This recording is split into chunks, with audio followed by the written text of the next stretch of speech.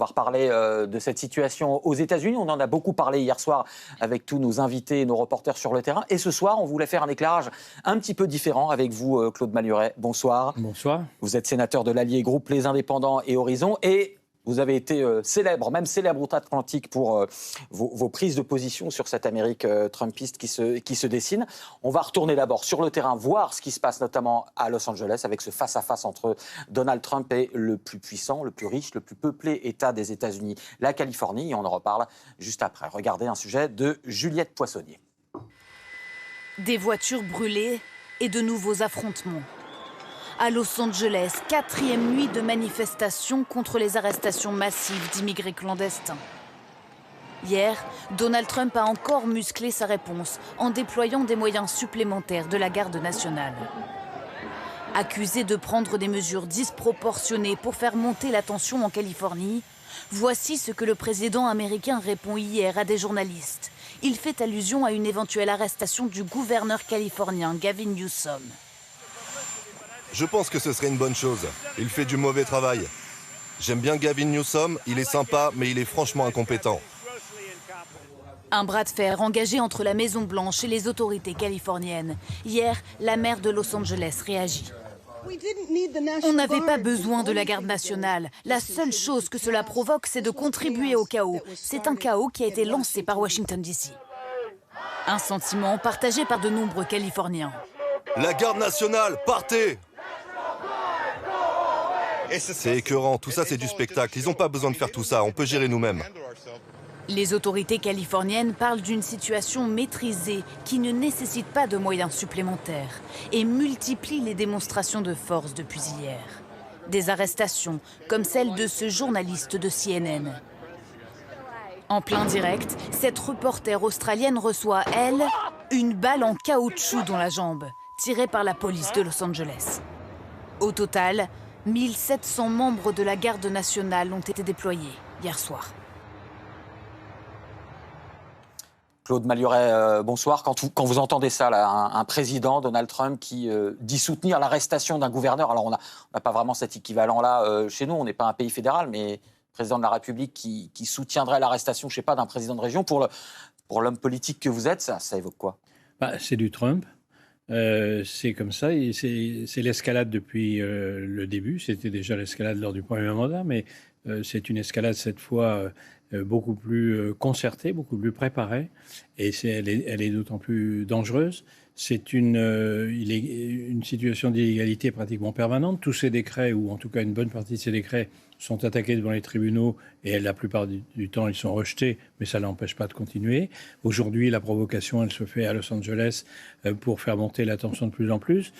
De la part d'un homme, il faut quand même se rappeler, qui a libéré, c'est ce qu'il vient de faire, un des premiers actes de son mandat, amnistier 1500 personnes qui avaient été condamnées pour l'assaut du Capitole. Il parle aujourd'hui d'insurrection, alors qu'il s'agit juste de quelques manifestations, alors que lui a organisé une insurrection contre le Capitole le 6 janvier 2021 et qu'il a amnistié les 1500 personnes que les tribunaux depuis ont condamnées. C'est une stratégie très, très, très dangereuse, à mon avis, qui vise vers la confiscation du pouvoir. Je l'avais dit après qu'il ait reçu Zelensky à la Maison-Blanche. C'est une stratégie de conquête du pouvoir et de limitation dans un premier temps, et peut-être de confiscation dans un deuxième temps. Beaucoup aux États-Unis le disent de plus en plus, de confiscation de la démocratie. C'est donc dangereux et grave. Alors, si on vous a fait venir ce soir, Claude Maluret, c'est parce que vous êtes un des rares dont le nom a pu traverser l'Atlantique, le French Senator, après que vous ayez fait un discours qui a été très remarqué en France et un petit peu entendu justement aussi aux États-Unis. Vous parliez bien de ce nouveau régime trumpiste. On vous écoute et puis on en reparle juste après. Washington est devenu la cour de Néron, un empereur incendiaire, des courtisans soumis et un bouffon sous kétamine chargé de l'épuration de la fonction publique. C'est un drame pour le monde libre, mais c'est d'abord un drame pour les États-Unis. Bon, le bouffon, référence évidente à Elon Musk. Et la kétamine, c'est pas moi, c'est lui-même qui l'a dit. Voilà. Est-ce que vous étiez un petit peu déjà clairvoyant vous dites que vous étiez clairvoyant quand on voit effectivement, en tout cas, après forcément, il y a des opinions différentes. Les Américains, beaucoup d'Américains ont soutenu et soutiennent toujours Donald Trump, même si sa courbe de popularité est en baisse. Mais en tout cas, ça remue sévère à Washington. Oui. Non pas, c'est pas dans ce discours-là, mais dans un autre discours, j'avais dit également que Trump avait fait une sorte de miracle, en tout cas une vraie performance, en réunissant deux électorats qui n'avaient rien à voir. Les milliardaires de la tech avec Musk et puis tous les autres, qui sont pour une sorte de gouvernement technologique et qui ne sont pas du tout démocratiques, eux non plus. Et puis les gens du Middle West américain, c'est-à-dire les déclassés, les pauvres et les nationalistes, les populistes, comme on le voit d'ailleurs dans beaucoup de pays, y compris beaucoup de pays européens, y compris chez nous. Et je ne pensais pas que cette alliance contre nature pouvait durer. Elle est en train d'éclater. C'est peut-être une des seules bonnes nouvelles par les temps qui courent, parce que ça veut dire que ce mouvement est peut-être un peu affaibli par cela. Mais il ne faut pas se faire d'illusions. Trump est beaucoup mieux armé qu'il n'était en 2016, et par conséquent, il va continuer. Et ce qui se passe depuis 5 mois, c'est une gradation en permanence qui n'arrête pas. Et ce n'est pas le départ de Musk, d'ailleurs, qui va... Au contraire, peut-être ça va lui permettre de se radicaliser d'une certaine façon. Alors, ce départ d'Elon Musk, on va juste le revoir en images quelques minutes sur le divorce, la fin de la bromance, comme disent les Américains. On en reparle juste après. Regardez cet extrait. Elon et moi avions une bonne relation. Je ne sais pas si c'est encore le cas, j'ai été surpris. Je suis très déçu. Sous les yeux ébahis de ses 220 millions d'abonnés, le patron du réseau social X riposte. Et c'est sanglant. Sans moi, Trump n'aurait pas gagné l'élection. Quelle ingratitude! L'ancien meilleur ami devient ennemi numéro 1. Est-il temps de créer un nouveau parti politique en Amérique qui représenterait les 80% du centre? Au tour de Donald Trump de répondre sur son réseau Truth Social. D'abord, l'insulte. Il est juste devenu fou. Puis la menace. Le plus simple pour économiser des milliards et des milliards de dollars dans notre budget serait d'annuler les subventions et contrats gouvernementaux du patron de Tesla et SpaceX. Claude Malhuret, vous êtes médecin, vous n'êtes pas psychiatre, mais vous sentiez qu'entre ces deux égos, entre ces deux profils égotiques, ça ne pouvait pas durer. Faire deux profils comme ça dans un même bocal, c'était scientifiquement difficile. Oui, mais c'était plus profond que ça, plus inévitable que ça. C'était deux politiques, deux directions qui ne pouvaient pas durer ensemble. Et les milliardaires de la tech se sont fait avoir. Les milliardaires de la tech qui se pensent pour les plus intelligents du monde, ils se sont fait avoir. Ils ont soutenu un président, un candidat, et puis ensuite un président dont ils pensaient qu'il allait les laisser faire exactement ce qu'il voulait, qu'il allait booster le commerce mondial et qu'il allait redresser les finances des États-Unis. Trump est en train de faire exactement le contraire. Ils sont en train de perdre leurs milliards, la bourse a chuté, et Trump fait un budget avec un déficit comme il n'y a jamais eu auparavant, qui probablement va conduire les États-Unis vers une récession et vers un certain nombre de mois et peut-être d'années assez troublés. Donc ils se sont rendus compte d'un seul coup, je ne sais même pas d'ailleurs comment ils sont faits pour ne pas s'en apercevoir avant l'élection, qu'ils se sont fait avoir. Alors Donald Trump appelle toujours la grande et belle loi, la big beautiful, beautiful, dont la plupart des économistes sont atterrés, si je peux dire. Et donc voilà où ils en sont aujourd'hui. C'est même pas une question d'ego, bien entendu, c'est avivé par des personnalités complètement mégalomanes, mais le fond du problème, c'est qu'ils ne sont pas du tout c'est qu'ils sont à 180 degrés de différence, et que les milliardaires de la tech se sont fait avoir. Après tout, on ne va pas pleurer quand même. Par contre, pour les États-Unis, ce qui est en train de se passer sur le plan des finances, sur le plan des émeutes, sur le plan des universités et tout le reste, c'est quelque chose, c'est un vrai drame. Oui, vous disiez dans votre discours, les premiers qui vont en souffrir sont les Américains. Je voyais l'augmentation de la dette avec cette Big Beautiful Law serait de 4 000 milliards. Vous êtes aussi un homme politique, l'avenir d'un pays, c'est pour l'avenir économique d'un pays. On est un petit peu effrayé en France par la dette, et c'est vrai que de ce point de vue-là, on n'a pas de leçon à donner. Mais quand on compare la dette des États-Unis à la dette française, c'est sans commune mesure. C'est encore bien pire. Évidemment, c'est tempéré par le fait que le dollar est la monnaie de réserve, mais néanmoins, c'est une trajectoire qui n'est pas possible de continuer. Alors, vous avez aujourd'hui, qu'est-ce qui est en train de se passer sur les soutiens de Trump? C'est pour ça que je ne crois pas que ça puisse durer énormément de temps. Vous avez les milliardaires qui ont perdu leurs milliards, ou en tout cas une bonne partie, et les pauvres qui ont perdu leurs emplois et qui sont en train de perdre leurs emplois de façon, que ce soit dans la fonction publique parce qu'on les licencie, ou que ce soit ailleurs, le jour où il y aura une récession qui se profile. Vous avez été aux États-Unis souvent dans votre vie? Oui. Qu'est-ce qui vous a marqué récemment ou lors de vos séjours là-bas? Est-ce que vous trouvez que l'Amérique a changé? Ou que là, c'est un balancier, comme on peut le connaître dans le... Non, c'est pas un balancier, c'est un vrai changement de perspective. Les États-Unis, traditionnellement, c'était l'exemple au Congrès de sénateurs et de représentants qui pouvaient très bien voter les uns avec les autres. Une partie des démocrates pouvaient voter avec les républicains. C'était un pays consensuel. La dernière situation de conflit, elle remonte à la guerre de sécession il y a un siècle et demi. Et nous, on voyait... Enfin, moi, j'ai toujours vu ce pays comme... j'ai jamais... Or, ce qui se passe aujourd'hui... Mais malheureusement, ça ne se passe pas qu'aux États-Unis. On est en train d'assister au même phénomène maintenant, ici aussi en Europe. C'est une polarisation totale. Vous n'aurez plus jamais un démocrate qui votera pour les Républicains. À la Chambre, au Congrès, c'est de plus en plus clivé.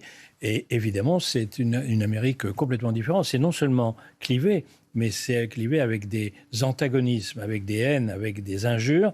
Des injures, justement, j'allais vous demander. Favorisées par les réseaux sociaux, évidemment, à la puissance 10.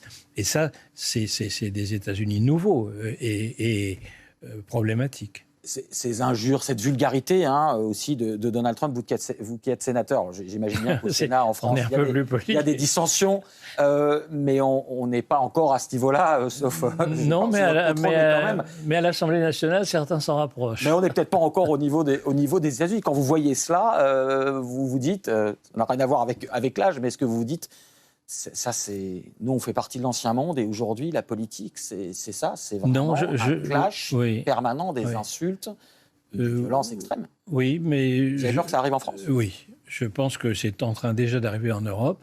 Vous savez, Obama qui s'est beaucoup servi des réseaux sociaux, ça a été le premier à se servir des réseaux sociaux à ce point pour devenir président des États-Unis, donc il connaît bien.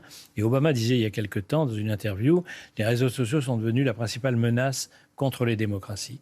Et je pense que, alors c'est pas le seul problème, mais je pense que ça y contribue pour beaucoup. Et ce qui se passe en France avec les réseaux sociaux, c'est aussi cela. Ce qui se passe en Europe, c'est de plus en plus d'opposition, de plus en plus d'injures, évidemment, toute la journée, de plus en plus de régimes illibéraux, parce que ce que fait on va y venir sur le terrain. C'est ce que fait Orban, c'est ce que font d'autres, c'est maintenant l'élection en Pologne, etc.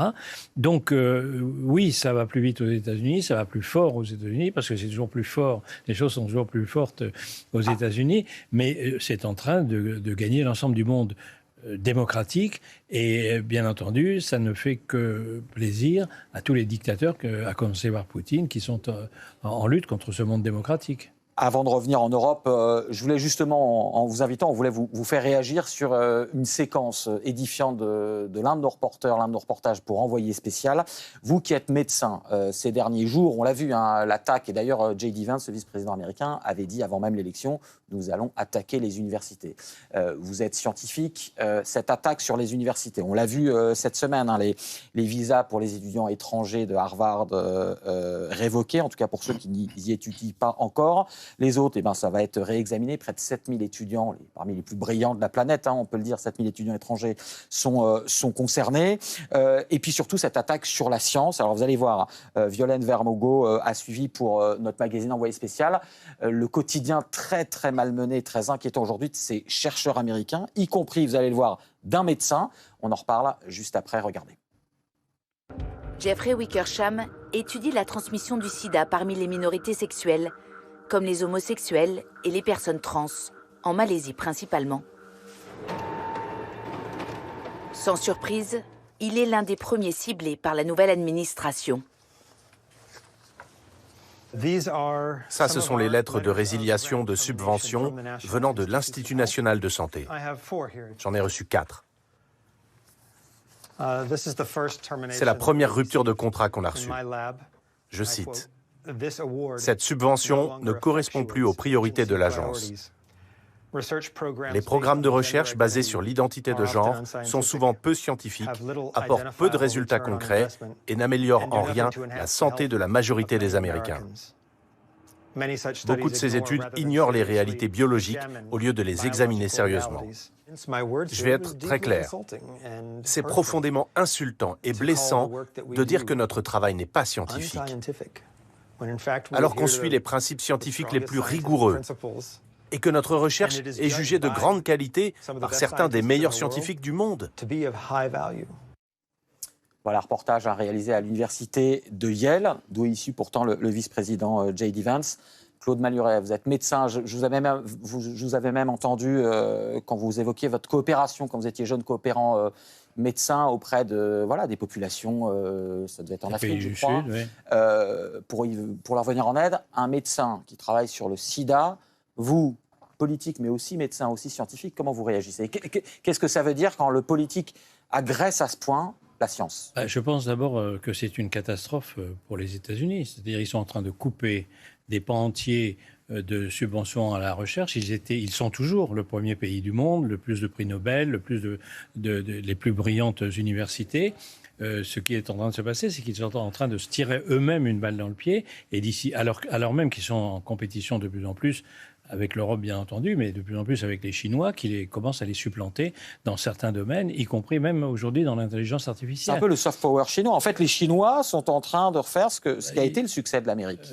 Oui, un soft power notamment scientifique. Je ne pas la lutte stratégique, mais oui. On voit que les Chinois essayent d'investir de plus en plus dans la recherche, par exemple. Bien sûr, et c'est des concurrents extrêmement sérieux. Et dans ces conditions, c'est peut-être le pire moment pour les États-Unis d'avoir choisi cette attaque contre les principales universités et les principaux centres de recherche. Mais vous me disiez tout à l'heure, je suis médecin, ce qui m'effraie aujourd'hui, c'est de voir un ministre de la Santé qui est un anti-vaccin, qui explique partout qu'il ne faut pas faire le vaccin contre la rougeole. Et depuis qu'il a commencé à dire qu'il ne fallait pas le faire et que qu'un certain nombre de gens l'ont cru, il y a une épidémie de rougeole qui est en train de se développer aux États-Unis, alors qu'il n'y avait pas eu d'épidémie de rougeole depuis. Donc on est en train d'avoir la démonstration par l'absurde de la qualité du bénéfice des vaccins. Et vous avez le ministre de la Santé américain qui est en train de faire des campagnes anti-vaccination. C'est des choses qu'on n'aurait jamais cru pouvoir arriver. Est-ce que malgré tout, encore une fois, vous qui êtes scientifique, l'Amérique restera peut-être après, Trump restera quand même, est-ce qu'un pôle scientifique, est-ce que Trump pourra détruire toute la recherche scientifique en 4 ans? Peut-être pas. Encore une fois, vous qui êtes médecin, je me rappelle, j'étais aux États-Unis à ce moment-là, quand Donald Trump disait justement pour le Covid, il faut s'ingérer de l'eau de Javel dans le gosier, mais en même temps, même sous Donald Trump, les États-Unis avaient sorti un vaccin en 6 mois. Oui, tout à fait. Il n'en reste pas moins qu'avant la sortie du vaccin, le nombre de victimes par rapport à la population aux États-Unis a été extrêmement important. Au début, beaucoup plus important qu'en Europe et notamment qu'en France. Évidemment que Trump ne va pas, en quelques mois comme ça, annihiler tous les efforts et l'excellence de recherche américaine et l'excellence industrielle américaine, notamment en matière pharmaceutique. Mais regardez, au cours de son premier mandat, il a déjà fait beaucoup de mal. Aujourd'hui, il est beaucoup plus structuré qu'avant, avec tous les experts de la Heritage Foundation qui ont préparé ce programme 2025. Et par conséquent, il faudrait... Alors, le problème, c'est est-ce que ça va continuer ou est-ce que la réaction... Moi, je pense, c'est ce que je disais dans mon premier discours au Sénat la dernière fois, celui qui a été traduit aux États-Unis. Je pense que il y a eu une sidération dans un premier temps, sidération des démocrates, sidération des juges, sidération de tout le monde. Aujourd'hui, la société américaine, ne serait-ce que ces émeutes-là, c'est aussi une réaction, peut-être c'est une réaction qui n'est pas obligatoirement la meilleure, mais c'est l'Amérique, y compris les juges aujourd'hui, y compris ceux de la Cour suprême, pour dire, les par contre-pouvoirs. Trump Et justement, sont en train on est d'agir. en direct, Claude Maluret, vous tombez bien, puisque la justice américaine, on l'apprend à l'instant, ordonne la limitation du déploiement des troupes à Los Angeles. Information qui vient de tomber. On quitte un petit peu les États-Unis, Claude Maluret, parce que cette trumpisation du monde, elle arrive en partie, en tout cas en Europe. On l'évoquait tout à l'heure. La Roumanie, où ça a été extrêmement tendu. La Pologne, dernièrement, avec le président Karol Nawrocki, élu. On écoute le discours de victoire du nouveau président polonais, populiste, qui se revendique de Donald Trump, et on parle de notre Europe juste après. Nous avons réussi à unifier l'ensemble du camp patriotique en Pologne. Des personnes qui veulent une Pologne normale, une Pologne sans migrants illégaux, une Pologne sûre. Cet ancien boxeur de 42 ans, au passé de hooligan, qui serait proche de milieux mafieux et néo-nazis, a été élu hier président avec 50,89% des voix. Historien de profession, admirateur de Donald Trump, il a joué pendant toute la campagne la carte du populisme. Critique de Bruxelles, opposé à l'entrée de l'Ukraine dans l'OTAN, il pourrait empêcher par son veto l'action du gouvernement actuel de centre-gauche. Voilà, extrait d'un reportage de notre correspondant à Berlin, Lionel Feuerstein. Claude Maluret, la trumpisation est déjà là en Europe. Oui, alors il faut peut-être quand même nuancer en ce qui concerne la Pologne, parce que le Premier ministre, c'est quand même toujours Donald Tusk, c'est lui qui a le pouvoir, c'est lui qui peut faire la politique qu'il veut. Le président peut mettre son veto sur certains textes. Il peut mettre pas mal de bâtons dans les roues. Voilà, des bâtons dans les roues et sur certains textes, mais on n'est pas dans un basculement de la situation. En revanche, il est évident que l'Europe est touchée par le même phénomène que les États-Unis, l'opposition entre les démocrates et les populistes, et qu'il n'y avait aucun pouvoir populiste en Europe, aucun gouvernement populiste en Europe il y a une vingtaine d'années. Aujourd'hui, il y en a plusieurs, et par conséquent, la démocratie aujourd'hui est en recul, y compris dans notre pays, et les populistes s'avancent, et il faudrait être un petit peu naïf pour penser que la France n'est pas concernée par cela. Le problème qui se pose déjà depuis plusieurs années, mais les problèmes des prochaines élections, qu'elles soient municipales, présidentielles, c'est les plus importantes en France, elles arrivent dans pas longtemps maintenant, ça va être aussi le problème de l'affrontement entre les démocrates et les populistes. Hier soir, on en parlait sur ce plateau de Sur le terrain avec l'un de nos reporters, Clément Le Goff, pour Envoyé spécial, qui avait été en Roumanie. Alors en Roumanie, finalement, vous vous rappelez, le premier tour a été invalidé. Le candidat populiste, finalement, le deuxième candidat populiste n'a pas gagné. Mais il avait été interviewé des Roumains récemment entrés, il n'y a pas si longtemps que ça, il y a 17 ans, dans l'Union européenne. Il ne parlait pas beaucoup d'immigration, mais c'était vraiment l'Union européenne qui était visée. L'Union européenne ne fait plus rêver. Est-ce que pour le démocrate que vous êtes, l'européaniste que vous êtes aussi, c'est une dure désillusion? Est-ce qu'il faut que l'Europe se réveille, même si on sait que ça arrive? Mais bien sûr, c'est une désillusion, parce qu'on voudrait toujours que les courbes se prolongent jusqu'au ciel, si je peux dire. Et quand on voit le fantastique espoir qu'a suscité la chute du mur de Berlin et l'entrée de tous les pays d'Europe de l'Est dans l'Europe et dans la démocratie, la plupart y sont encore quand même toujours aujourd'hui. 30 ans après, plus de 30 ans après, il y a quand même une majorité, y compris et notamment bien entendu en Europe de l'Est. Et dans ces pays qui posent problème, regardez, le conservateur, le populiste a été élu à 50,5. En Roumanie, il n'a pas été élu. Il y a quand même encore une force. Mais il est certain qu'une partie, comme souvent dans ce genre de circonstances, le progrès, les avancées ne bénéficient pas à tout le monde. Et comme disait Tocqueville, plus la démocratie s'instaure, plus ceux qui n'en bénéficient pas, même lorsqu'ils sont minoritaires, trouvent que c'est une anomalie. Ça, c'est un beau mot de la fin de citer Tocqueville. Merci beaucoup, Claude Maluret, d'avoir été avec nous.